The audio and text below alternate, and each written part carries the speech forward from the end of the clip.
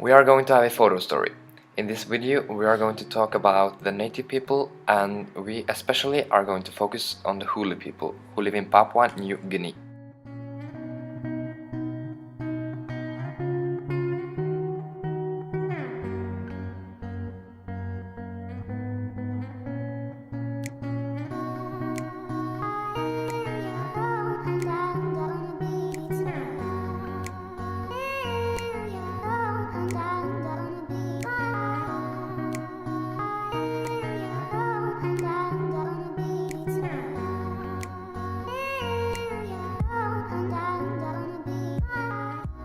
Many thousands of years before Christopher Columbus's ships landed in the Bahamas, a different group of people discovered America.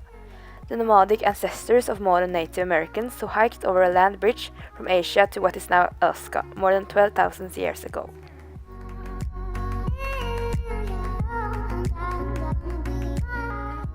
Native people are those groups protected in international or national legislation as having a set of specific rights based on their historical ties to a particular territory, their cultural and historical distinctiveness from other populations.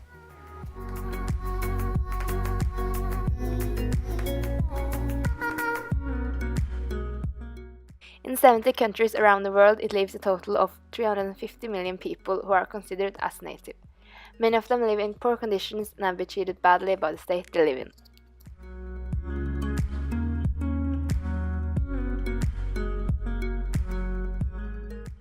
Nevertheless, there are positive steps that have been made in recent decades to improve native status. The Aborigines in Australia, Mayan Indians in South America, Inuit in Greenland, and Sami in Scandinavia are all examples of native people.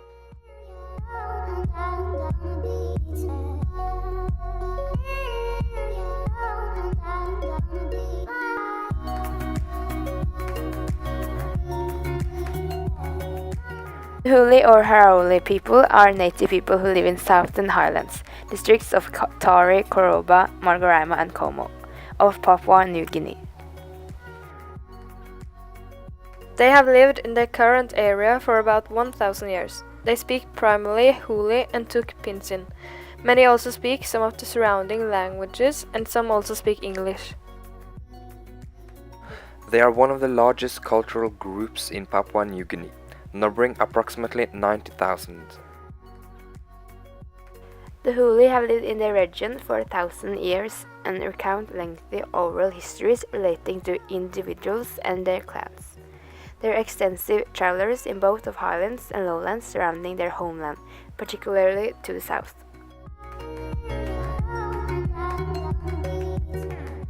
The HULI were not known to the Europeans until 1935, when they were first contacted by Jack Hides and James O'Malley on their first famous Strickland Prairie patrol.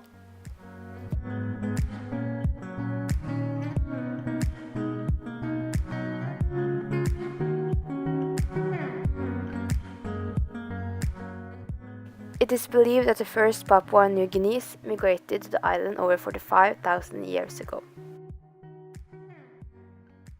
The native groups fight over land, pigs and women. Great effort is made to impress the enemy. The largest native group, the HULI Wigmen, paint their faces yellow, red and white and are famous for their tradition of making ornamented wigs from their own hair. An axe with a claw completes the intimidating effect.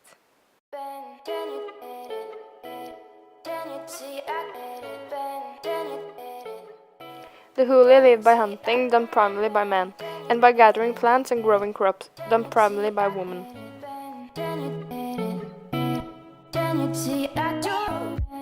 The HULI people live in the rainforest of the Papua New Guinea highland.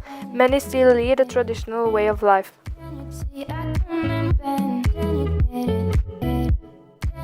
They produce food in traditional way for their villages using manpower and basic agricultural techniques to farm the land.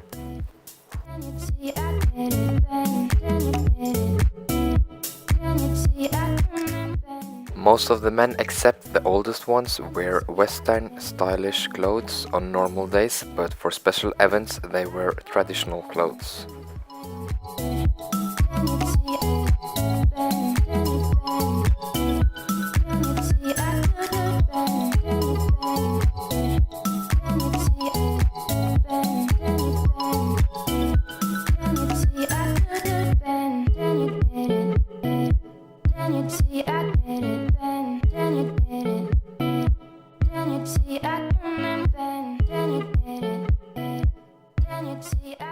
Archaeological evidence indicates that humans first arrived in Papua New Guinea around 45,000 to 55,000 years ago. Papua New Guinea is one of the very few places on Earth which lie close to the equator, where places at higher altitudes experience snowfall.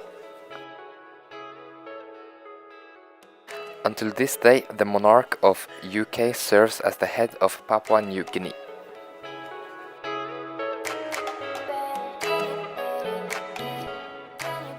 The island of New Guinea is named after the African country with the same name.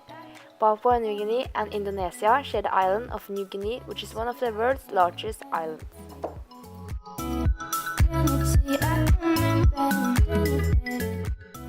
Papua New Guinea is one half of the island of New Guinea in the South and West Pacific Ocean.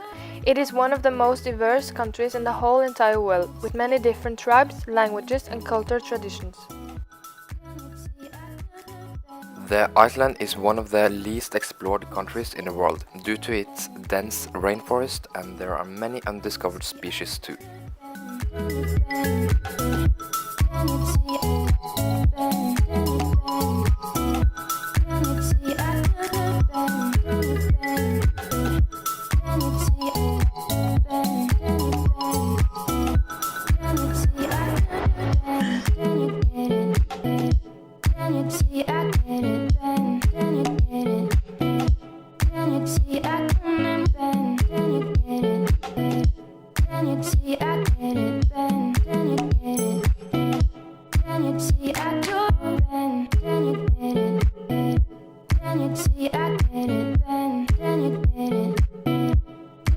See, I